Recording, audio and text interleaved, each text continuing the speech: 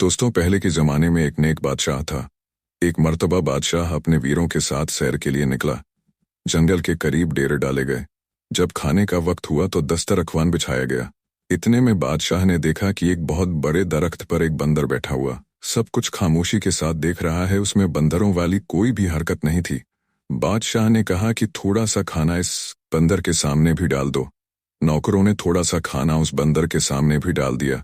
बंदर पेड़ से नीचे उतर कर आता है और एक ठिक लेकर कोयले से कुछ लिखता है, और फिर बंदर ने वो ठिक बादशाह को दे दी। टिकरी पर लिखा हुआ था, मैं ऐसे खाने नहीं खाऊंगा, बल्कि जैसा दस्तरख्वान बादशाह के लिए लगाया गया है वैसा ही मेरे लिए भी लगाया जाए। बादशाह को यह देखकर बड़ी हैरानी हुई। बादशाह ने हुक्म दिया कि इसके लिए भी एक ऐसा ही दस्तरख्वान लगाओ जैसा कि मेरे लिए लगाया गया है। इसके बाद बंदर दरख्त से नीचे उतर कर आया और खाना खाकर फिर से दरख्त के ऊपर चढ़ गया। अचानक आसमान पर काले रंग के बादल छा गए। नौकरों ने जल्दी जल्दी सारा सामान समेटा। बादशाह ने नौकरों से कहा, एक टाट का टुकड़ा बंदर के सामने रख दूं, कहीं वह ठीक न जाए। नौकरों ने टाट का टुकड़ा बंदर के पास लाकर रख दिया। बंदर ने फिर कुछ टिकरी पर लिखा और बादशाह को दे दिया। उस पर लिखा हुआ था, जैसा खेमा बादशाह के लिए लगाया गया है वैसा खीमा मेरे लिए भी लगाया जाए, तब मैं आऊंगा। बादशाह के कहने पर वैसा ही खीमा बंदर के लिए भी लगाया गया। इतने में बारिश शुरू हो गई। वह बंदर दरख्त से नीचे उतरकर अपने खेमे के अंदर चला गया। कुछ दिनों के बाद बादशाह जब वापस जाने लगा तो बादशाह ने नौकरों से कहा कि जाओ और बंदर से पूछ कर आओ, क्या वह हमारे साथ जाने के लिए तैयार है। तो बंदर ने फिर टिकरी पर कुछ लिखा, जैसा हाथी बादशाह के लिए तैयार किया गया है वैसा ही हाथी मेरे लिए भी तैयार किया जाए, तब मैं जाऊंगा। बादशाह बंदर के अंदर दिलचस्पी लेने लगा और उसके लिए भी अपने जैसी सवारी तैयार करवाई। जब महल के पास पहुंचे तो बादशाह ने हुक्म दिया कि जो खेमे नौकरों के लिए हैं उनमें से एक खीमा बंदर को भी दे दिया जाए। लेकिन बंदर ने फिर से लिख कर दिया, जैसा महल बादशाह के लिए है वैसा महल बादशाह के लिए है, वैसा महल मेरे लिए भी बनवाया जाए, फिर मैं वहां रहूंगा। मैं वापस जंगल में चला जाऊंगा। बादशाह के पास एक और महल भी था जहां वह बहुत कम आया जाया करता था। वह महल बंदर को दे दिया गया। बादशाह की बीवी और नौकरों को बंदर से बहुत ज्यादा गिड़ हो गई थी। इधर बंदर ने बादशाह के महल में भी आना जाना शुरू कर दिया। बंदर मुकदमे बहुत ही गौर से सुनता। जब बादशाह कोई गलत फैसला लेने वाला होता तो बंदर बादशाह के हाथ से फौरन कागज को लेकर फाड़ देता और कलम से सही फैसला लिखकर बादशाह के हाथ में दे देता। शुरू में तो बादशाह को बहुत गुस्सा आया, लेकिन फिर बादशाह समझ गया कि बंदर की वजह से वह बहुत सारी गलतियों से बच गया है। उस बादशाह की एक खूबसूरत बेटी थी।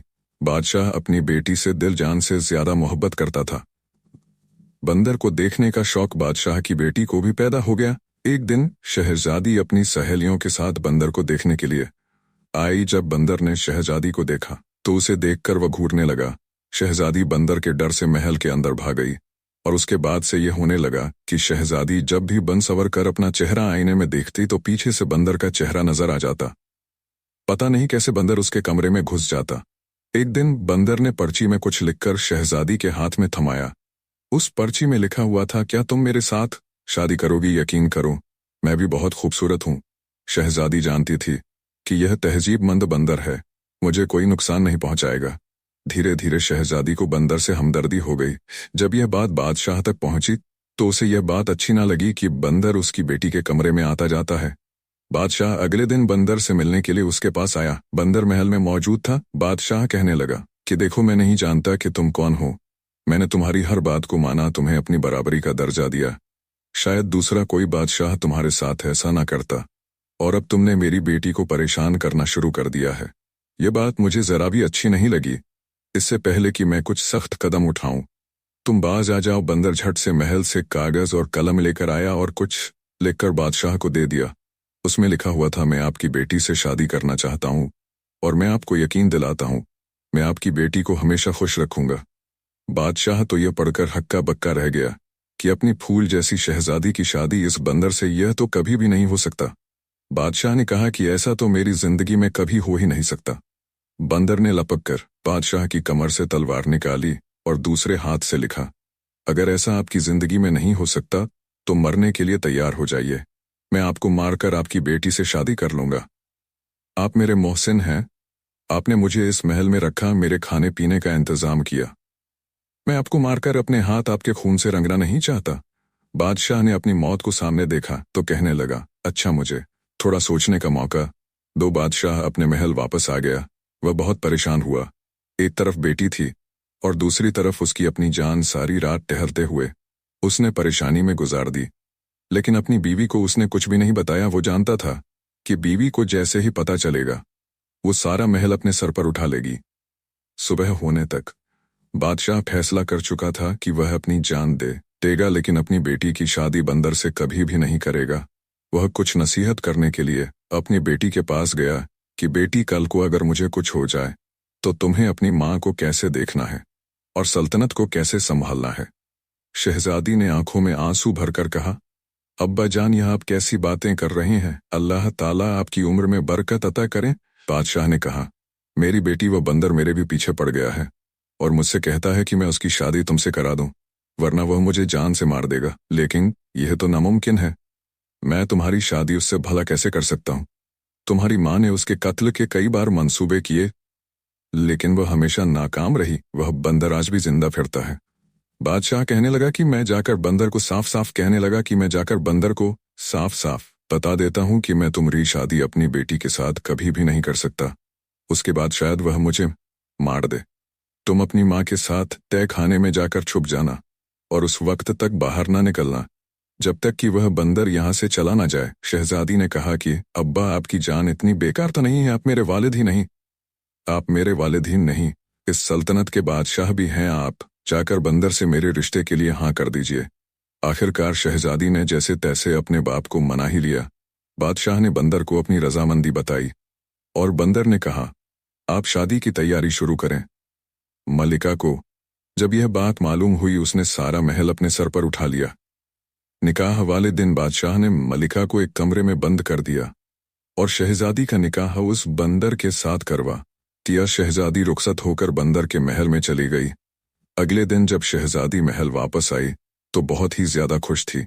माँ ने जब यह देखा तो हैरान रह गई। मलिका बोली, बेटी, तुम उस बंदर के साथ इतनी खुश हो? शहजादी बोली, हाँ, मैं बहुत खुश हूँ। शहजादी दिन में अपने बाप के महल में रहती और रात के वक्त वह बंदर के पास उसके महल में चली जाती। एक बार रात के वक्त मलिका ने नौकरानियों वाला लिबास पहना और बंदर के महल में चली गई। शहजादी के कमरे का दरवाजा बंद था। मलिका ने दोनों की बातें सुननी शुरू की। अंदर से किसी मर्द के बोलने की आवाज आ रही थी। मलिका ने ताले के सुराख से अंदर झांका तो देखा कि शहजादी एक बहुत ही खूबसूरत नौजवान के साथ बैठी हुई है। वो शहजादी के साथ हंस हंस कर बातें कर रहा है। यह देखकर मलिका हैरान रह गई और सोचने लगी, अच्छा तो यह बात है। तभी तो मैं कहूं कि मेरी बेटी भला इस बंदर के साथ इतना ज्यादा खुश कैसे रह सकती है। अब मलिका वहां से पलट कर जाने लगी। उसको एक तरफ बंदर की खाल पड़ी हुई नजर आई। मलिका सोचने लगी, इतनी मोटी खाल बंदरों वाली ये अपने ऊपर पहनकर भला क्यों रखता है और बंदर बना क्यों फिरता है? अगर मैं इस खाल को जला दूं तो फिर यह कभी भी बंदर नहीं बनेगा। यह सोचकर वो बंदर की खाल उठाकर अपने महल में ले आती है और उस खाल को आग लगा देती है। इधर मलिका ने बंदर की खाल को आग लगाई, उधर शहजादे को जलन महसूस होने लगी। शहजादा बचाओ बचाओ करके गायब हो गया। हैरान कुन शहजादी अपने वालिद के महल में वापस आती है तो देखती है उसकी वालिदा ने बंदर की खाल को आग लगा दी थी। शहजादी ने जल्दी जल्दी से वह आग बुझाई। शहजादी को पता चल गया कि उसकी माँ का यह कारनामा है। वह रो रो कर कहने लगी, हाय अम्मा जान, आपने मेरा सुहाग उजाड़ दिया। आखिर आपकी क्या दुश्मनी थी मुझसे? उसकी माँ ने कहा, बेटी, मुझे क्या पता था। मैंने तो सोचा कि मैं वह बंदरों वाली खाल अगर जला दूंगी तो वह बिल्कुल नौजवानों की तरह मेरा जमाई राजा बना रहेगा। शहजादी ने कहा कि अम्मी जान, मैंने आपको कहा था ना कि मुझे मेरे हाल पर छोड़ दीजिए। अब आपको ठंडक पड़ गई। माँ शहजादी की तमाम बातों को सुनकर परेशान थी। जब बादशाह को पता चला तो बादशाह ने नौकरों को भेजा, लेकिन कहीं से भी बंदर की कोई खबर ना मिली। अब शहजादी ने जोगन वाले कपड़े कड़े पहन लिए और शहजादे की तलाश में निकल गई। जंगल जंगल, सहरा सहरा वो भटकती फिरती। उसके पांव में छाले पड़ गए। शहजादी का रंग रूप पूरी तरह से बदल गया। एक रात शहजादी उसी जंगल में एक पेड़ के नीचे बैठी हुई थी। उस पेड़ के ऊपर चकोर और चकोरी बैठे हुए थे और बातें कर रहे थे। शहजादी उनकी बातें सुन रही थी। चकोर दरअसल एक परिंदा होता है। चकोरी ने चकोरे से कहा, क्या बात है चकोरे, तू इतना परेशान क्यों है? चकोरे ने कहा, क्या बताऊं, यहाँ से यूरोप की तरफ एक शहजादा है। मैं उसके लिए बहुत परेशान हूँ। उसके सारे जिस्म पर बड़े बड़े आंवले पड़े हुए हैं। वह सो भी नहीं सकता। सारे तबीब और हकीम उसका इलाज कर कर के हार गए हैं। कोई भी उसका इलाज नहीं कर पा रहा है। चकोरी ने पूछा, शहजादे की हालत भला कैसे हुई? चकोरे ने कहा, किसी जालिम ने शहजाद को जलाकर मारने की कोशिश की थी। शहजादे की जान तो बच गई, लेकिन उसका सारा जिस्म जल गया है। चकोरी ने कहा, ए चकोरी, क्या हमारे शहजादे के दुख का कोई इलाज नहीं है? चकोरे ने कहा है, अगर कोई हमारी बीट इकट्ठी कर ले और इन्हें संदल के साथ घिसकर 40 दिन तक रोजाना सुबह शाम शहजादे को लगाए तो शहजादे के सारे जख्म भर जाएंगे। शहजादे कि ये मेरे शहजादे के बारे में बात हो रही है? चकोरी चकोरा तो सुबह उड़ गए। शहजादी ने उनकी सारी बीटें इकट्ठा की और एक तबीब के भेस में वो यूरोप की तरफ चल पड़ी। वहां से कुछ ही मील की दूरी पर शहजादी को एक शहर नजर आया। शहर बहुत ही ज्यादा खूबसूरत था, लेकिन वहां की हर चीज पर उदासी छाई हुई थी। वहां के लोग बहुत ही ज्यादा परेशान थे और अपने अपने कामों को अंजाम दे रहे थे। शहजादी जिससे भी उसकी परेशानी की वजह पूछती तो सारे बताते कि उनके शहजादे की हालत बहुत ज्यादा खराब है। शहजादी ने बाजार से संदल खरीदा और दूसरी दवाएं ली और जरूरत का सामान खरीद कर शहजादी शाही महल में पहुंच गई और पहरेदार से कहने लगी कि जाकर बादशाह से कहो कि हिमालय की पहाड़ियों से एक तबीब आएगा। से एक तब बादशाह के पास गया। बादशाह ने कहा कि उसे फौरन अंदर बुलाकर लाओ। बादशाह ने देखा कि यह तो अभी नौजवान है, यह शहजादे का भला क्या इलाज करेगा? इतने बड़े बड़े तबीब और हकीम जिसका इलाज ना कर सके। फिर भी बादशाह ने कहा, तुम भला क्या कर लोगे? बड़े बड़े तबीब और हकीम हार चुके हैं। शहजादी बोली, अगर 40 दिन में शहजादा ठीक ना हुआ तो जो चोर की सजा है वही मेरी सजा। यह सुनकर बादशाह ने खुशी से हाँ कर दिया और शहजादी ने कहा कि मुझे शहजादे के साथ वाला कमरा चाहिए ताकि मैं दिन रात शहजादे की देखभाल कर सकूं। बादशाह के हुक्म पर शहजादी को शहजादे के साथ वाला कमरा दे दिया गया। शहजादी ने इलाज शुरू कर दिया और महीने भर ही में शहजादा पूरी तरह से ठीक हो गया, लेकिन जख्म अभी थोड़े थोड़े कच्चे थे। जैसे ही चकोरी और चकोरा ने 40 दिन की बात की थी, इसी तरह शहजादी शहजादे की खिदमत करती रही और बादशाह ने उसे बहुत भारी इनामा देने की तैयारी कर रखी थी और शहजादा उस तबीब का दिल से शुक्रगुजार था। लेकिन हुआ यह कि 40वें दिन शहजादी ने शहजादी के जिस्म पर वो लेप किया और वहां से निकल गई और अपने महल की तरफ लौट आई। शहजादी ने वहां से आने से पहले शहजादे की अंगूठी जरूर उससे मांग ली थी और शहजादे की अंगूठी अपने साथ लेकर वह अपने वालिद के महल पर वापस आ गई।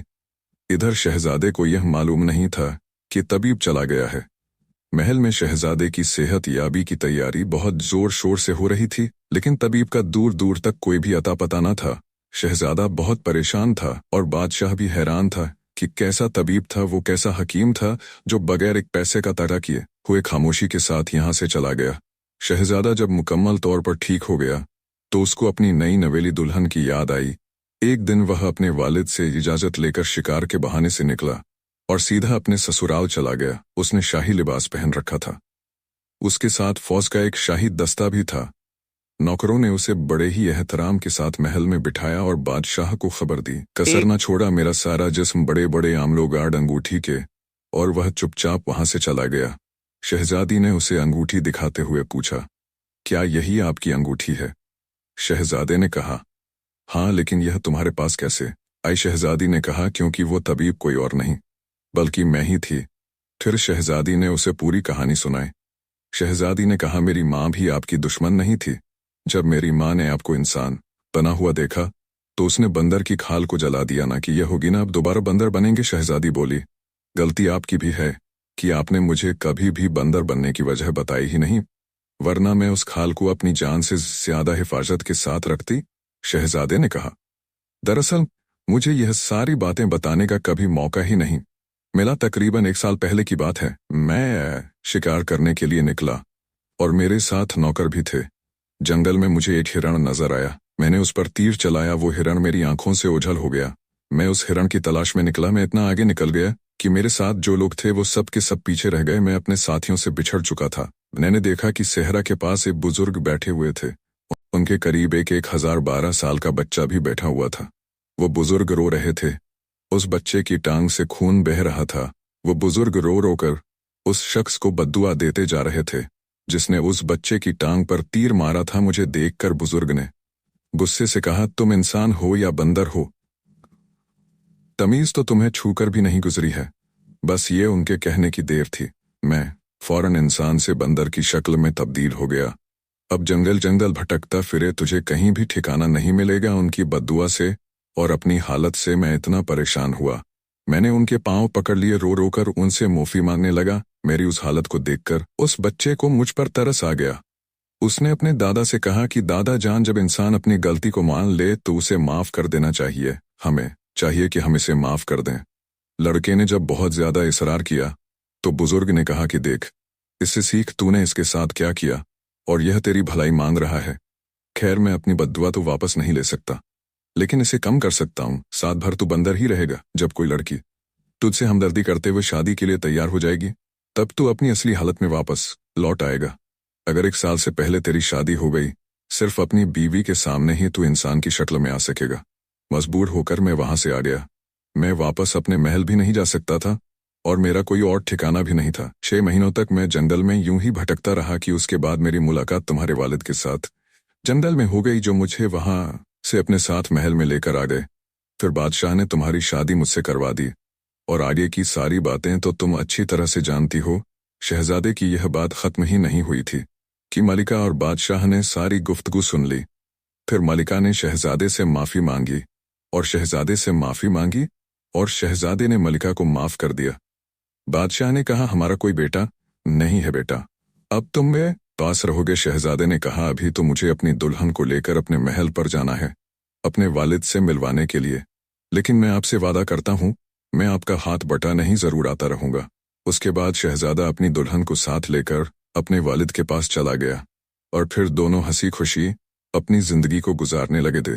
दोस्तों, आज की वीडियो में बस इतना ही। अस्सलाम वालेकुम रहमतुल्लाहि व बरकातहू।